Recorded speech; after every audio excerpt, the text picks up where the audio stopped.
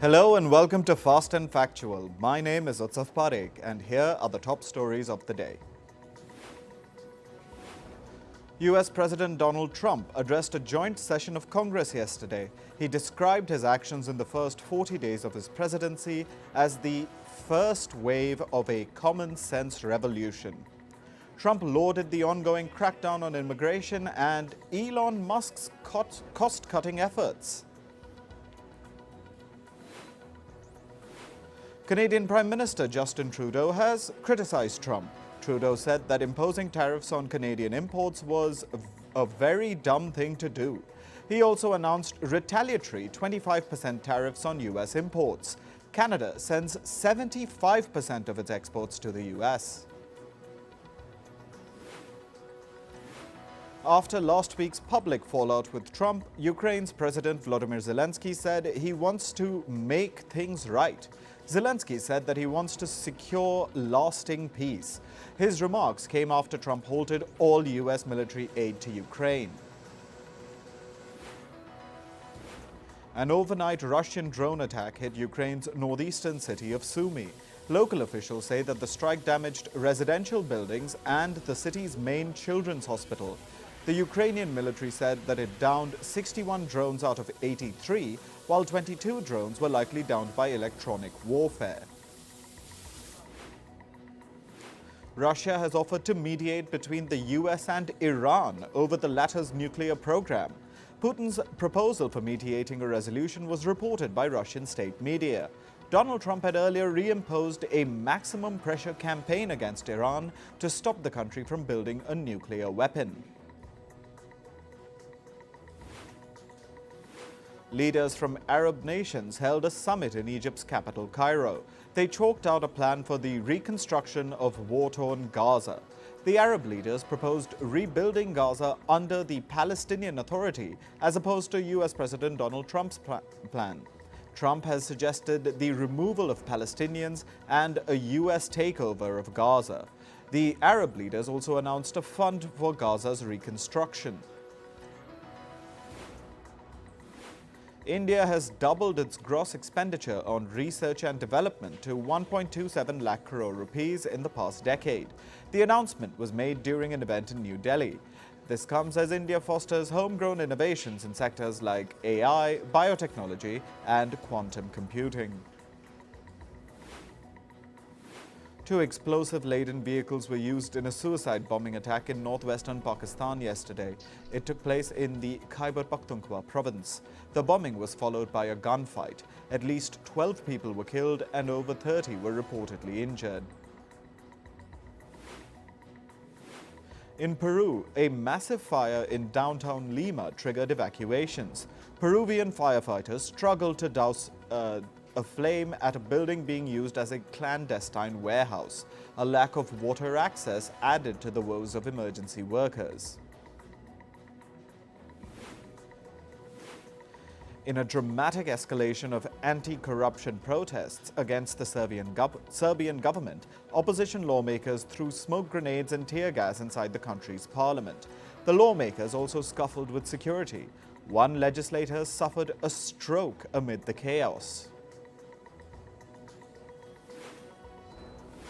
In climate news, a powerful storm tore through Louisville, Texas in the US. It left a paint warehouse in ruins. The storm ripped off walls and caused the warehouse roof to collapse. Debris was scattered across the parking lot and tractor trailers. The storm is part of a larger weather system sweeping across the US. Meanwhile, a tornado struck the US state of Oklahoma yesterday. It uprooted trees, damaged buildings, and scattered debris in its wake. The US National Weather Service confirmed that the tornado caused significant damage to the city of Ada. The US state of South Carolina is battling nearly 200 wildfires. The US National Guard is now dropping water over affected areas. With over 16 square kilometers of land burned, South Carolina's governor has declared a state of emergency. Meanwhile, northern Japan is seeing some wildfire relief thanks to rain and snowfall. A devastating wildfire in the region has burned through about 29 square kilometers of land and forced the evacuation of over 4,000 people. Nearly 2,000 firefighters are battling the flames around the northern Japanese city of Ofunato. Officials now hope that the turn in weather will help contain the fire. Torrential rains have submerged parts of Indonesia's capital, Jakarta. The rain has displaced thousands as floodwaters rose to 3 meters in some places. The flooding has been triggered by heavy downpours which have been taking place since the 3rd of March. Weather forecasters warn that more rain is expected through the week. Moving to business and tech news, US President Donald Trump said he wants to get rid of the CHIPS Act. It's a law that grants $52.7 billion in subsidies for the manufacturing and production of semiconductor chips. Trump said that the CHIPS Act is horrible and asked US lawmakers to get rid of it. The CHIPS Act was passed in 2022 with bipartisan support in the US Congress. Trump has imposed tariffs on China, Canada and Mexico. There is a 25% tariff on Canadian and Mexican imports. Duties on Chinese imports have been doubled to 20%. Yesterday, Trump said that retaliatory tariffs on other nations would begin on the 2nd of April. All these tariffs could upend $2.2 trillion in global trade annually. US stocks tumbled as Trump's first set of tariffs came into effect yesterday. The Dow plunged by 1.55%, the S&P 500 fell by 1.22%, and the Nasdaq Composite dipped by 0.35%.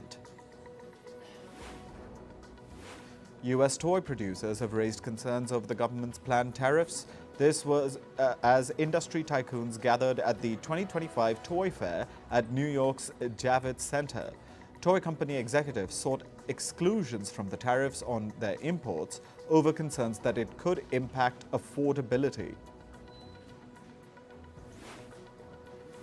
As Trump's tariffs come into effect, major US retailers issued warnings about increasing customer prices. This led to Best Buy's shares falling by 15%. Shares of Target fell by 6%. China has kept its 2025 economic growth target unchanged at around 5%. The announcement was made during the annual meeting of the National People's Congress. Chinese Premier Li Qiang said that the country will commit more money to alleviate the impact of US trade tariffs. The share price of France-based Thales increased by over 11% yesterday. This was as the defense and technology firm reported stronger than expected profits. The company's adjusted operating income rose by 5.7% to over $2.5 billion. Its new orders increased by 6%. The shares of Seven & I fell by 12% yesterday. This was after a report stated that the Japanese company's owner has rejected a takeover bid by Canada's Alimentation Couche-Tard. The report stated that the company wants to enhance corporate value on its own. However, the Japanese firm says it is still considering the $47 billion proposal. A US court has blocked Elon Musk's bid to stop OpenAI from converting into a for-profit firm. Musk had moved a preliminary injunction against the ChatGPT maker. However, the US court said that Musk had not met the high burden required for the injunction.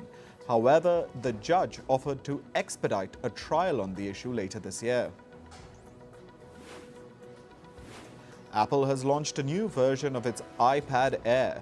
The new version has artificial intelligence capabilities.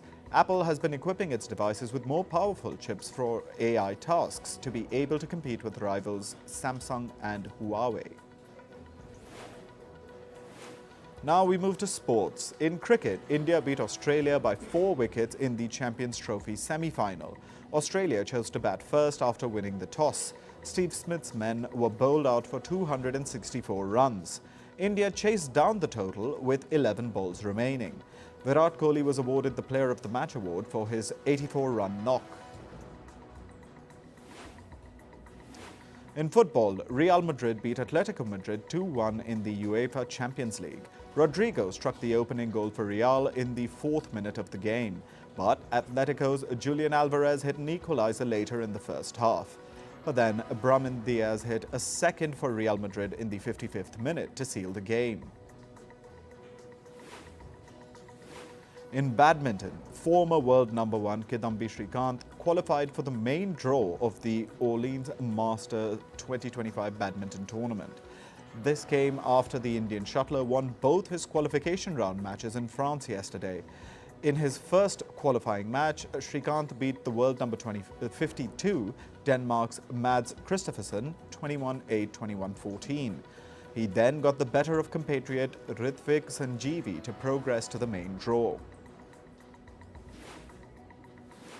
In basketball, LeBron James once again etched his name in the history books. The NBA legend became the first player in history to surpass 50,000 combined points across regular season and playoffs. Ferrari has won a court case that will prevent its former chassis technical director, Enrico Cardile, from joining Formula One rivals Aston Martin. Aston Martin had unveiled Cardile as their chief technical officer last July. In entertainment news, the New Mexico gas company has found no significant findings related to the deaths of legendary actor Gene Hackman and his wife, Betsy Arakawa. While a minor gas leak was discovered in their home, authorities confirmed that it was not fatal. The cause of their deaths remains unknown pending an autopsy report. He was found dead last month. Speculation about George and Amal Clooney's marriage troubles is heating up. According to reports, their long-distance lifestyle has led to a trial separation. The Hollywood star's Broadway commitments and Amal's legal work have allegedly created a strain, though neither has publicly addressed the rumors. Acclaimed author Neil Gaiman has denied sexual assault allegations from his former babysitter. He called her claims fabricated. In a court declaration, he acknowledged past consensual encounters but refuted allegations of rape and abuse. He also presented WhatsApp messages he claims disprove her allegations. Robert Pattinson is eager to don the cape once again. But with the Batman 2 movie delayed until 2027, he quipped in an interview, and I quote, "I started out as young Batman and I'm going to be old Batman by the sequel." Despite the long wait, the actor insists that he's healthier now than when he first took on the role. CBS has axed two of its hit series, FBI Most Wanted and FBI International. This is after their 6th and 4th seasons respectively. However, the flagship FBI series, which debuted in 2018, will continue through its 9th season. It'll extend into the 2026-27 broadcast cycle. Despite consistently winning their time slots, both spin-offs failed to secure renewals. David Arquette is set to reprise his iconic role as Dewey Riley in Scream 7. This is raising eyebrows since his character was brutally killed off in the 2022 film.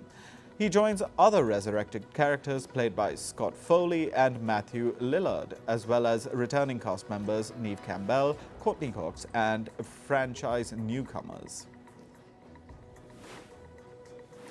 Rachel Weisz will star in and executive produce Vladimir. It's a Netflix limited series based on Julia May Jonas's 2022 novel. The show promises a mix of dark humor, obsession, and seductive intrigue. It follows a woman unraveling amid her fixation on a new colleague. Pierce Brosnan plays a ruthless crime boss opposite Tom Hardy's fixer in the Mobland trailer. It's a new Guy Ritchie gangster series premiering on March 30th on Paramount+. The newly released trailer teases a gritty, action-packed crime drama full of betrayals, gunfights, and classic Guy Ritchie-style narration. After weeks of cryptic billboard marketing, Chappelle Roan has announced that her single The Giver will drop on March 13th. The song, produced by Dan Nigro, marks her first foray into country music, though she remains non-committal about a full country album. The first official Dungeons & Dragons live theater experience, the 20-sided Tavern, will close its off-Broadway run on May 11th. After this, the group will embark on their US tour. The adventure-themed show will first stop in Washington, D.C. before returning to Chicago, with additional dates to be announced.